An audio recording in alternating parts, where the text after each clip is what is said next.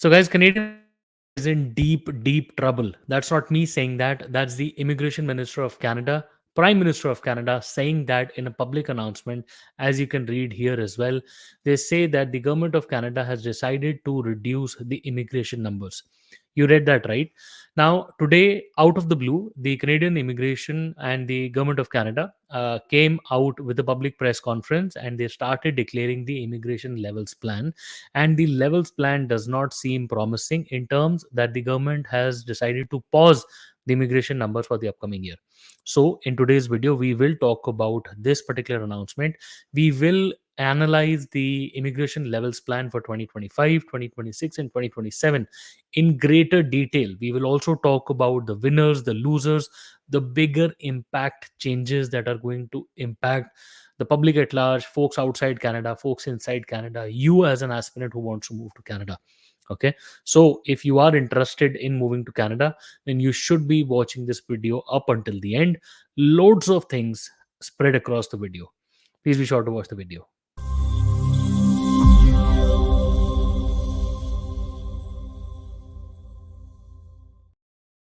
Guys, welcome back. Once again, my name is Sahil and I'm a regulated Canadian immigration consultant and I practice here in Ontario. My office is here. If you have to get in touch with me, my number is on the screen and the details are there in the description box. More than happy to speak with you. Before we proceed any further, please make sure that you hit the subscribe button and the bell icon because we talk a lot about Canadian immigration. And if you are an aspirant of moving to Canada, then this is a channel that you must be subscribed to all the time. So, guys, today's day is extremely special and very important in the milestone of Canadian immigration, the history of Canadian immigration, because so far the Canadian immigration has been one of the most popular governments across the globe, where a lot of people have been able to, complete their dreams of moving to, a developed economy, a developed country for permanent, right? Like for permanent basis. So, in the last couple of years, ever since the Liberals came into power in the year 2015, IRCC, which is the Immigration Department of Canada, has been inviting people, and the number of people being invited on PR has been moving considerably up. Not only permanent residents, but the number of temporary residents, which will include study permits, work permits, international students, even those numbers have been climbing. So, just to give you a reference, before 2015, during the conservatives, so the two parties, liberals and conservatives, during the times of conservatives, the numbers would remain sub low of 300,000 immigrants moving to Canada every year. Ever since the liberals came into power, the numbers have been climbing to the level that almost half a million people were to be invited in 2024 and even more in 2025, 2026. Apart from that,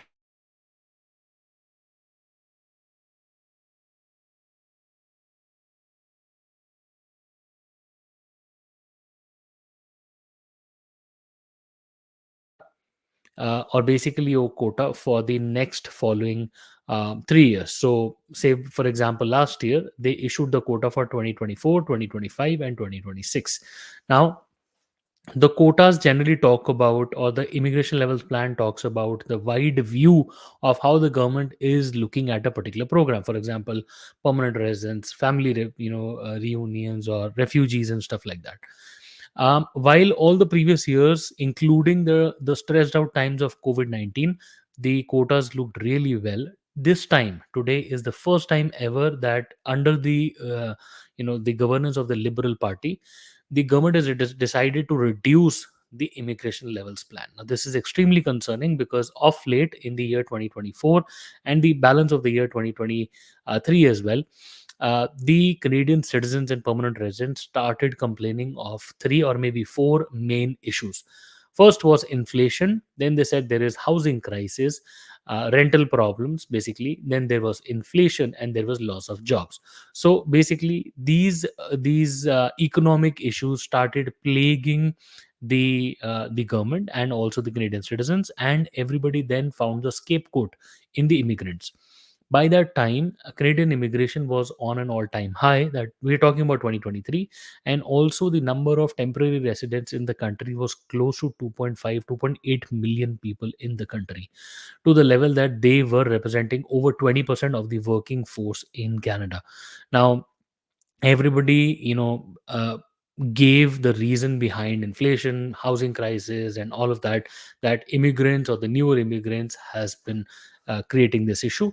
And in fact, not only that, mayors of particular cities, started blaming infrastructure, that the government was not ready. The Canadian cities were not ready to accommodate such large numbers of immigrants, right?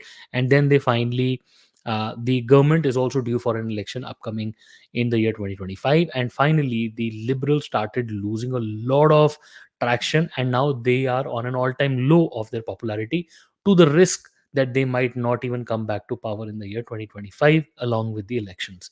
So they had to make certain changes, and 2024 was the year, starting January, that they started making a lot of changes. Started off with students, then it came down to PGWP holders, spousal open work permits. They were temporary foreign workers, LMIAs, and amongst all of those changes, we have now reached almost the month of November. It has now come down to permanent residents as well. Okay, after all of this background, we will now look at the immigration levels plan for the next 3 years, because obviously this is extremely important for you to understand when we talk about how Canadian citizens and permanent residents are able to accept newer permanent residents to be integrated into the economy. Also, for the first time ever, the levels plan has not only been focusing on permanent residents. First time ever, they will be focusing on temporary residents as well. So overall, if you talk about the immigration levels plan, which as you can see is here, for the year 2025 and 2027, I've prepared a broad highlights for you to understand as to what exactly is coming. And then we will also talk about the bifurcation between permanent residents and the changes for temporary residents. Then we will talk about the winners, and then we will talk about the losers. So, four important segments of this video will follow, and one will be the broad highlights to let you know what exactly are the kind of changes. Overall, if you look at the immigration levels plan, we are expecting an overall decrease of almost 105,000 people in the year 2025. This is an overall impact that is about 20%, a little more than 20% people who were originally expected to come to Canada in the year 2025. Now we will be seeing almost 20% less than that. Reducing 500,000 people, from that we will now be accepting only 395,000 people in the year 2025. If you talk about permanent residents in 2026, that is even going to be further lower to 380,000 people only, and then setting a further reduced target to 365,000 people in 2027. This is for the first time ever we have seen that the instead of climbing, the number of residents would be going even further lower. Now it is expected that population could decline by 0.2% in the year 2025 and 2026, and then eventually grow to 0.8% only in 2027. This is considering that Canada will lose couple of people due to medical emergencies and stuff like that. And then obviously birth rate and the newer population, all of that put together, Canada will try to pause its population to 41 million people in the next coming 3 years. Not only that, Canada tries to focus on the housing units that will be built up until 2027, and they are expecting that there will be a lesser gap. So the gap between number of people and the housing availability, the demand supply, will be reduced by 670,000. So this strategy of reducing immigration will create a lesser delta by 670,000, and that is how they will address the housing shortage. Um, the lesser number of immigrants in the next 3 years will also result in higher GDP per capita growth, obviously, because we are expected to grow as an economy, and since the population will be limited, so the higher GDP will go up, and obviously we're sitting at about 40 to $50,000, right? Apart from that, we are also expecting to have an improved housing affordability along with lower unemployment rate, because with the reduced number of temporary residents, the employment rate will go up for the permanent residents and citizens. So it is by and large going to have a positive impact. But how is it that a government can plan that, the in terms of population size, the Canadian economy will remain stagnant or paused for the next 3 years. Well, that is the plan so far, because they want to work on their infrastructure instead of moving towards the the population. So that is pretty much what. Overall, the Canadian temporary residents in the Canadian economy, they are to almost 5% of the total representation, which is currently sitting at over 7%. So they will be reducing that to 5%, and hence the following cuts, as we discuss in the video going forward. So bringing it up on the screen, if you look at the immigration levels plan for 2025 and 2027, there is a decrease of the overall number of permanent. So this is the table that we are looking at, permanent residents. And don't worry, I know it looks daunting, but I will guide you through the important numbers. The total number of people that we're looking at is only 395,000 in the year 2025. This is reduced by half a million people. So earlier, so this is about 105,000 people lesser, right? Apart from this, if you look at 2026, even further lower, and 2027 is even lower to 365,000. Okay, so this is what we're expecting. Apart from this, permanent residence in Canada is the new focus for the upcoming express entry draws. So this is a good thing that Canada has decided to now go away from FHS. So if you look at the 2020, so this is a 2024 plan. Okay, if you try to compare this, the previous plan had federal high skilled workers sitting at 110,000, and economic policies were not yet defined. But instead, this year they've decided to move it to federal economic priorities and in Canada focus. This will include regional programs as well, right? So put together, this is a growth. Okay, so 2025, this is a growth as compared to 2025. Here it was only 117,000. Okay, so so there's a growth of almost 7,500 or 7,000 odd people. If you look at family reunification, the number of spouses, 70,000, is reduced number from the existing plan of 84,000. So there's a 14,000 drop. And then if you look at PGP, parents and grandparents, the expected number for next year will be 24,500, which was originally supposed to be 2034, right? So there is a drop of 10,000 to be recorded here. If you look at French speaking is again growing. A number of French settlers outside Canada, outside Quebec, basically, that has been allocated to 34,500. Whereas if you look at here, um, mm,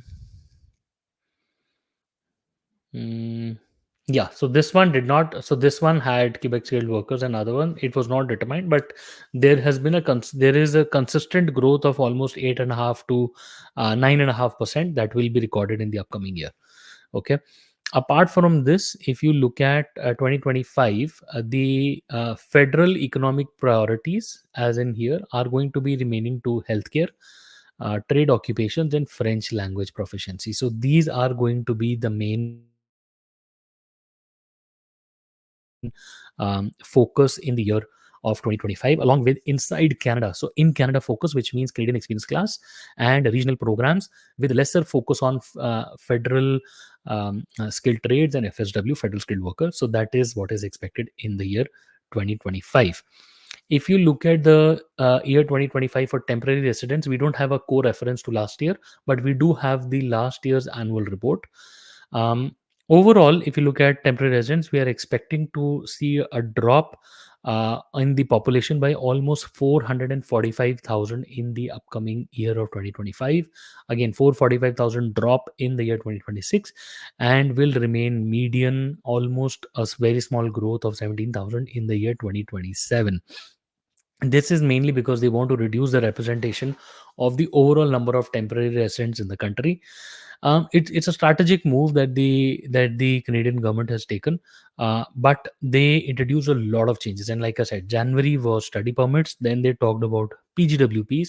Then they talked about LMIS, temporary foreign workers. Then they again talked about PGWPs.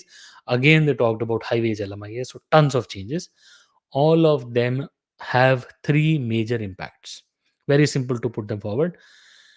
In the year 2025 and onwards, so basically next 3 years, 300,000 lesser number of study permits, 175,000 lesser postgraduate work permits, and 150,000 lesser spousal open work permits. These are the three major impacts in the upcoming year.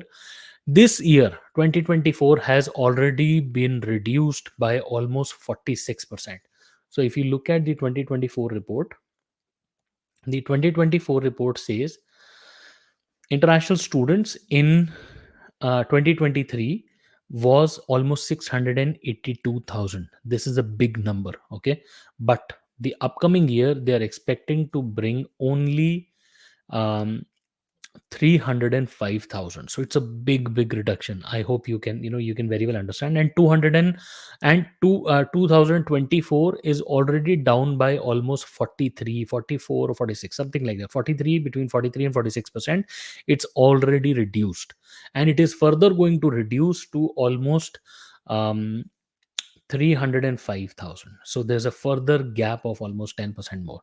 Okay. Number of workers, it's again going to see a bigger impact. IMP, which means LMI exempt, 285,000 workers only, whereas temporary foreign workers, 82,000 workers only. These are the people who will have LMIS. Okay. This is a big, this is a temporary foreign worker program. Guys, 305,000, 305,000, 305,000. So temporary residents are going to take a bigger hit, or rather the biggest hit in Canadian immigration. But one more big hit, or the biggest hit, I would say the biggest loser in all of this announcement, is the person who's going to apply for a PNP. If you look at PNP, only 55,000 quota, whereas if you look at this year PNP, it's over 120,000. So it's been reduced for over 50%. So almost say 65,000 person less. So 55,000 in 2025, which is expected, and earlier it was expected to be 120,000 people. Guys, the announcements today have been very painful, but we have prepared a list of the winners and the losers in this particular announcement today, and trust me, the list is not good, but I will still put it in front of you because I think it's really important for us to understand what exactly is the bigger impact of the picture. If you look at the winners in this particular announcement, or I would say people who would be gaining a bit of numbers. So in 2025, the number of economic or federally high skilled workers will increase from the earlier planned of 117,000 to 124. And within this, more specifically, people inside Canada will have a higher chance of PR rather than people outside Canada. Okay, so the ballpark understanding should be that whosoever gets to come to Canada will stand a better chance of getting a PR, especially under CEC, regional programs, regional pilots, and stuff like that. This would also include programs like healthcare, home child care, because those come under the priority occupations of healthcare and all. French speaking population will reach almost 9.5 to 10% in the upcoming years as well. So we'll start with 8.5% in 2025. Again, French almost 8.5% will be spoken in Canada, approximately 25,000, because the number is now sitting at 365,000, right? So good number. French is still going to have a good number in Canada focus, like I said. And HNCs, humanitarian and compassionate, is one of the last ones who's gaining. The number has gone up from 8,000 applicants to, or rather, people landing, to 10,000 people landing. So overall, these are the winners, but the losers are many. um, the people who will be suffering the most will be PNP applicants. If you look at PNP, it is down from 120,000 to 255,000 in the year of 2025. Again, 55,000 for the balance of the 2 years as well. So not good. PNP applicants, not good. Startup visas and self-employed programs, they are getting another big hit. From 6,000, the number is going to reduce to 2,000 only. So bigger chunk. So that's almost more than 60-70% worth of drop. Number of refugees will be reduced. 72,750 was the previously planned number. It is going to 58,000 only. If you talk about study permits, work permits, the total number, and the work permit, study permit, and a PGWP, spousal open work permit, the Canadian population, the temporary population, will be reduced by 445,000 people year on year. So 445 lesser in 2025, 445,000 lesser in 2026, with a mild growth or rather flat growth in 2027. And overall, the number of changes, like I said, has been massive. This year we have already seen impact on study permits. Earlier it was huge, then they planned only 360 or 340,000 in 2024, and 305,000, rather further 10% cut in 2025. So study permits are also losing. PGWP, spousal open work permits, it's not good. So like I said, the overall flavor of Canadian immigration is on the wrong side of the road, I would say, because the Canadian immigration or the government is now pausing. So overall, what I can say is that the government wants to put a pause on the population. They don't want the population to grow, and within the pause, they want to grow the PR and they want to reduce the temporary residents. So they want to strike a balance so that in the future they have better representation of permanent residents. The demand supply gap of the housing market gets stabilized, and how housing affordability is better, inflation gets reduced, and number of jobs available for permanent residents and citizens is better, so lower unemployment rate. Guys, by and large, I think the impact fitting in the numbers looks good, but nobody has really focused on the billions of dollars worth of loss that the international student industry will bring in, because international students, they account to over 20% of the foreign services export of the country. Okay, so service export will take a very big hit in the years.